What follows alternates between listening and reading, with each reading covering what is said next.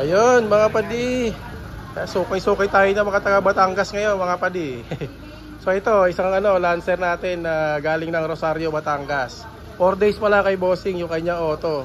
Kaso nung nabili niya, ano yung problema mo dito, Bossing? Lakas ang gasolina, boss? May alagang baka sa tangke. Nakiinom ng gas.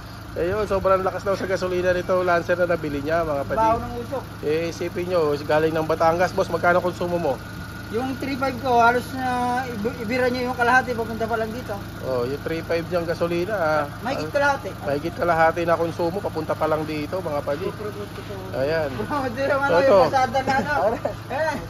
Isa sa mga nakita namin problema mga padi. Oh. Mitsubishi. Oh, na map sensor mga padi. Saka masama andar ng makina ni Bossing. Ayun, idle issue siya. Tapos yun nga, isa pa, hindi rin alam ni Bossing na ito palang makina niya is 4G93 mga padi. So hindi siya 4G92, 4G93 tsaka 4G92 mga padi magkamuka. So kung titignan mo, mukhang magkapareha sila. Pero 4G93 itong makina ni Bossing. So sunod na namin, timing belt ang papalitan namin dito kay Bossing. Tapos yung mga injector niya, pang 4G92.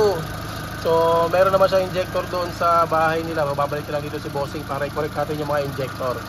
Pero so far ngayon mga padi, maganda naman mandar na yung makina ni Boss, no?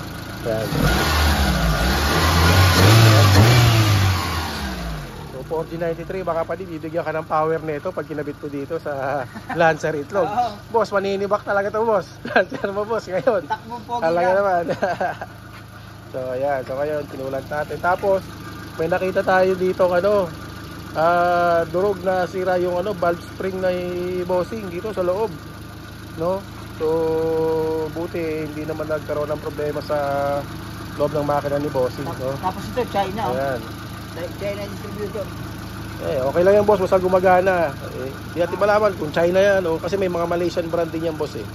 So sana Malaysia. Di natin malaman kasi walang makatatak kasi yan, boss. Yeah, pero hoping for the best na lang na wag sana masira agad. Boss, ano po yung naging problema dito, boss? Oras. Yeah, pero na-resolve natin mga padi yung problema nito kay Bossing at ayan, uuwi na to si Bossing ng Rosario, Batangas. And next target natin, timing belt. Pero pa isa doon sa baba. Ayun. Yung isang taga Batangas din natin na isa nandun din sa baba. Parang sila kulay blue din, puro mga idle issue problema mga padi. No, talaga mga nangangatal yung mga takbo. Pero yun, naibiyahe pa naman dito. Pero talaga medyo palyado mga padi. Yan, kaya matinis na yung andar, oh.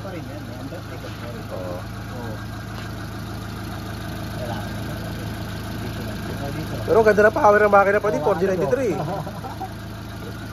Iba response ng makina 93. Talagang galit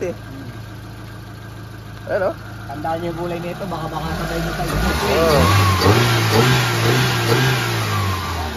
Matulin yan, matulin. Solid ba? 1.3, malakas makina din. Pero kamukha yun ng makina ng 4G92. Pero original niya yung makina. Hindi, galing ng space wagon yan. Ayan mga padi.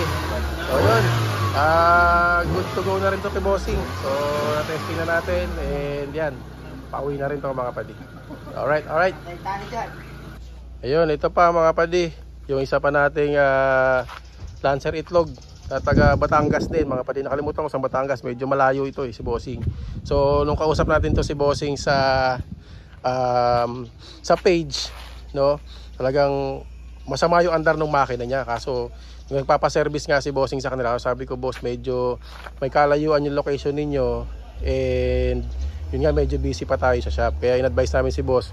Kasi sa initial findings namin dun sa kanyang issue, sabi ko mukhang may problema ka sa fuel pump.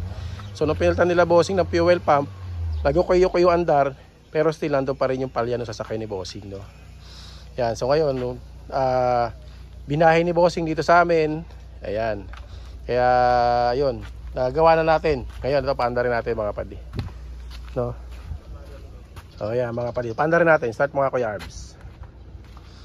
Yan, paandarin natin mga padi. Suki taga tayo ng mga taga Batangas ngayon mga padi.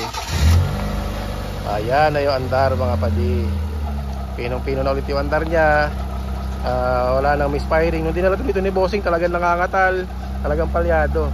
Yung pala mga padi, ang kayang issue nung sa kanya is map sensor naman mga padi. Aside dun sa fuel pump na problema, may problema din siya sa map sensor. So pinalitan natin ng map sensor, kinabitan natin ng Japan Surplus. Yan, tapos nag-cleaning tayo na injector mga padi. Yan, ano po yung ginawa mo dito Kuya Arbs? Tapos yan, subject 4, timing belt din yan, no? Pagbalik nila Bossing. Yan, so ngayon, importante, maganda na rin andar na itong taga Batangas na to, no? Maraming mga lancer sa Batangas na may mga idle issue. Yan, no?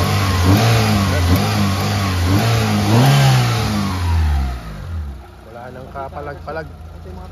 Ayan, may mga oil leaks din pala to mga padi. May oil leak to, di ba, sa ano? Sa ilalim, sa oil pump ba yun? Ayan, so nagkaroon din ng oil leak. Yun, inayos din natin yung mga oil leaks ito mga padi.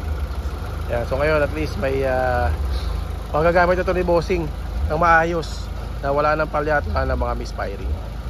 Alright, alright. Ayun, so yung mga padi, no?